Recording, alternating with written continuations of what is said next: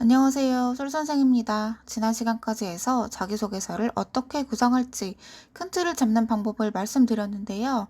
오늘은 초고를 다 쓰고 나서 어떻게 고쳐 나가야 하는지 그 편집 과정에 대해서 이야기해 볼 거예요. 사실 많은 분들이 초고까지는 어떻게 쓰시긴 하거든요. 근데 막상 다 쓰고 나서 보면 뭔가 길고 두서없고 어디를 어떻게 고쳐야 할지 막막해 하시곤 하는데요. 제가 코칭을 하다 보면 가져오시는 초고의 절반 이상이 덜어내는 작업부터 시작됩니다. 심한 경우에는 80%를 다 드러내고 다시 쓰는 경우도 있어요. 처음에는 많이 당황하시는데요. 사실 그게 당연한 거예요. 초고는 원래 그런 겁니다. 처음부터 완벽하게 쓰는 사람은 없어요.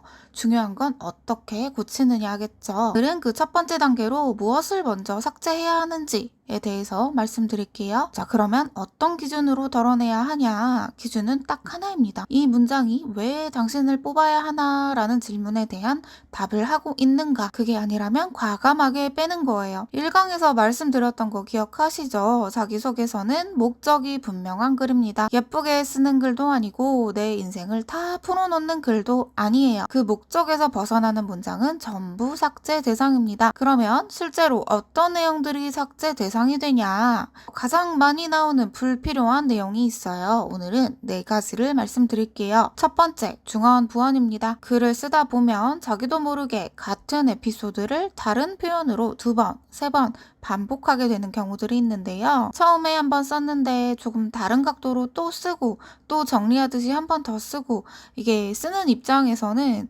강조하는 것처럼 느껴지지만 읽는 입장에서는 그냥 늘어지는 거거든요. 그래서 같은 에피소드는 되도록 한 번만 쓰시기를 추천드립니다. 2번 정도 언급되는 거는 넘어갈 수 있는데 계속 같은 이야기만 반복하면 내용이 풍성하지 않아 보여요. 그래서 그 공간에 차라리 다른 경험, 다른 에피소드를 하나 더 넣는 게 훨씬 낫습니다. 분량이 걱정돼서 반복하게 되는 경우가 많거든요. 이 분량을 어떤 내용으로 채워가면 좋을지는 다음 시간에 다루도록 하겠습니다. 자, 2번째, 지나치게 주관적인 가치관이나 색깔을 드러내는 경우예요. 자, 2강에서도 잠깐 말씀드린 적이 있는데 너무 주관적인 자신의 색깔을 드러내는 거는 크게 도움이 안 됩니다. 대표적으로 정치색이나 종교색, 젠더 이슈 같은 것들이죠. 물론 각자의 생각은 자유입니다. 그것은 당연히 존중합니다. 근데 기본적으로 회사는 다양한 사람들이 섞여서 협업하는 사회라는 것을 잊지 말아야 돼요. 나와 생각이 다른 면접관이 읽을 수도 있고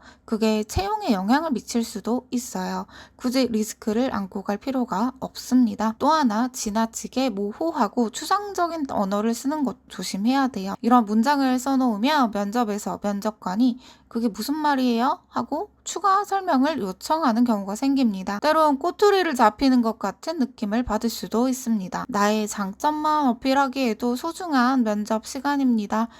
자기소개서에서 모호하게 썼다가 면접에서 그걸 해명하는 데 시간을 쓰는 거는 정말 아깝다고 생각합니다. 자, 3번째, 자기가 써놓고도 자기가 무슨 말인지 모르는 문장은 삭제하세요. 이거 실제로 되게 많은 케이스거든요. 코칭을 하다 보면 이 문장이 무슨 뜻이에요? 하고 제가 여쭤봤을 때 정작 본인이 저도 모르겠어요 라고 하시는 경우가 상당히 있습니다. 이런 경우는 높은 확률로 읽는 사람도 무슨 말인지 이해하기가 힘들어요. 글이 어려운 게 문제가 아니라 이거는 쓰는 사람의 생각이 아직 정리가 안 됐다는 신호거든요. 그래서 생각이 정리가 안 되면 글로도 그게 그대로 드러납니다. 자기소개서는 아주 잘 정리되어서 읽는 사람의 눈이 스치기만 해도 스르륵 읽히는 글이어야 돼요. 면접관들은 비슷한 글을 하루에 수십 개씩 읽잖아요. 그분들의 피로도를 줄여드리는 것, 읽기 편하게 써드리는 것 자체가 이미 사회생활에 필요한 배려라고도 할 수 있습니다. 이해하기 어렵거나 설명이 길어지는 문장은 과감하게 지우고 더 쉽고 짧은 문장으로 다시 써보세요.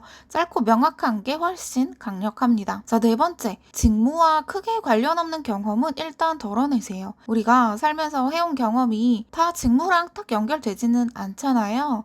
근데 자기소개서는 직무에 맞는 글이어야 하거든요. 그래서 내가 한 경험들 중에서 최대한 직무와 맞닿아 있는 경험들을 먼저 찾아내고 그것들을 중심으로 써야 합니다. 직접적으로 그 직무와 관련이 없는 경험을 했다고 하더라도 직무와의 연관성을 어떻게든 찾아내서 연결하는 게 우선이에요. 만약 콜센터 경험을 했다면 영업이라는 직무에 연결이 가능한 것처럼요. 이 강에서 말씀드린 연결 문장이 여기서 필요해지는 겁니다. 그 연결고리를 도저히 찾을 수가 없는 경험이라면 일단 본문에서 덜어내시고요. 정 쓰고 싶다면 나중에 분량이 남을 때 간단히 언급하는 정도로만 쓰시면 충분합니다. 오늘 말씀드린 네 가지 정리해볼까요? 자, 하나, 같은 이야기를 반복하는 중원부어는 삭제하고 새로운 에피소드로 채우세요. 둘, 정치, 종교, 젠더 등 주관적인 색깔이 강한 내용과 추상적인 내용은 빼세요. 셋, 자기가 써놓고 자기도 모르는 문장은 무조건 삭제하세요. 넷, 직무와 연결고리를 찾을 수 없는 경험은 일단 덜어내세요. 자, 오늘의 숙제입니다.